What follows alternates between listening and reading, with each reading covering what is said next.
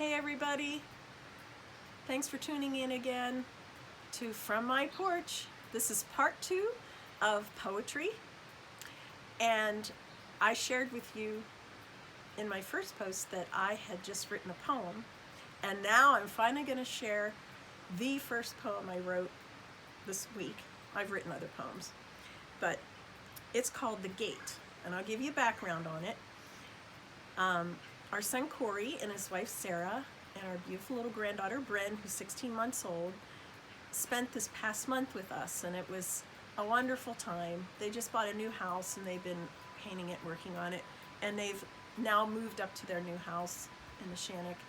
But we have a baby gate that's between their area and our area, and it's mostly to keep the dogs from going into their area. But Bryn would come up to the baby gate and she'd shake it, and she'd like look at us like she wanted to come in, and we'd say, "Do you want to come and visit?" And she'd say, "Yeah," and we'd open the gate, and she was learning how to move the latch. But then she always made a beeline for the dog food, and she'd put her hand in the dog food and throw it. And so we just got a kick out of her fun little antics, but she is just such a blessing in our lives, and we love her so much.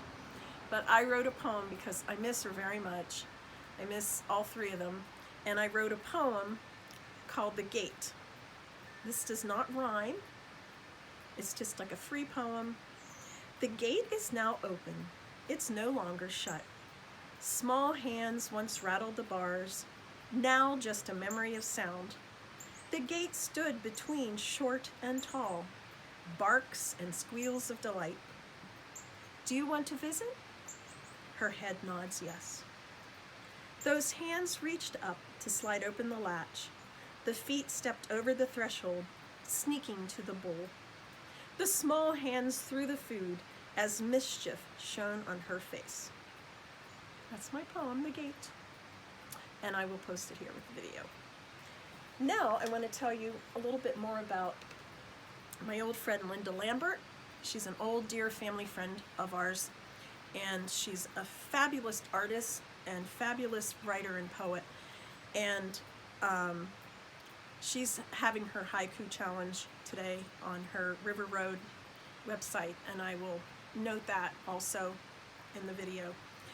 These are 3 of her books. First Snow is her newest one. Star Signs, New and Selected Poems, and Concerti, Psalms for the Pilgrimage. These are 3 I just had out, and I just grabbed them. And but I want to show you in Star Signs. I've shared this on my Facebook before. This is one of her newer books. It was just published last year, but she dedicated it to my mom and dad, and I'm just thrilled that she honored them in this way. Just absolutely thrilled. Victor Brown and Molly Brown, and I thank her for that. It's a beautiful thing she did. First, I'm just going to read a couple of her poems for you. We're going to keep this a little bit short today. I had the chance to do a little traveling when I was 18. I did a Europe tour with the American Youth Symphony playing the cello, and it was an amazing experience. And Venice was one of my favorite places we visited and played. We got to play in St. Mark's Square. And I always wanted to bring my husband to see the same sights that I saw. And so when we got to go to Europe a few years ago, we did visit some of the same places that I got to see. And we got to ride in a gondola, which was my dream, to ride in a gondola again with my husband. And this is one of Linda's poems that I love. It's called Venezia, and Linda used to travel a lot in the summers. She went to Austria, and I believe she taught in Austria.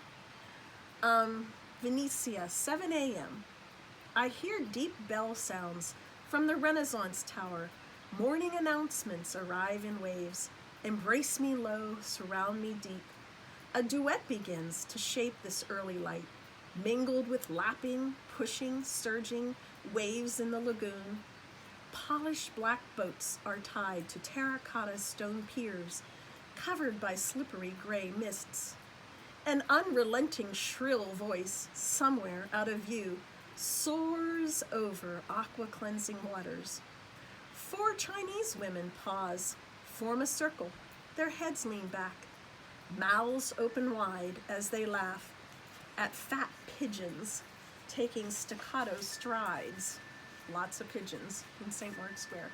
The thin man in green cotton pants nods as he sweeps away the debris. From the all-night celebration, his long, flexible broom scrapes away trash and fireworks, scattering them into the heavens. The scratching of his broom mingles with the chorus of bells, birds, water, women's chatter, and the movement of my hand as I write in this journal. It is the morning after Redentore Festival. I'm not sure if I pronounced that right. Once again, the Redeemer's fireworks have saved us from the plague. It has now been 400 years. His sparks have kept us safe. Buongiorno, buongiorno. This is a beautiful one too, right next to it. It's called Fragments. Alone in the middle of the night, I gather fragments. Number them, listen to them, look for a seed that could become a new poem. Go over them once again in the morning and try to remember them. Tonight, I needed to write a poem. So those are just a couple of her beautiful, beautiful works of art in poetry. And I encourage you to support her craft, look her up.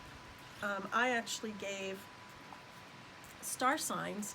I gave at least 10 of these as Christmas gifts this year, and she personalized every one. She wrote an inscription in every one that I gave it to, and so that meant a lot to me that she would do that, take the time to do that. So thank you for tuning in again, and I will see you tomorrow.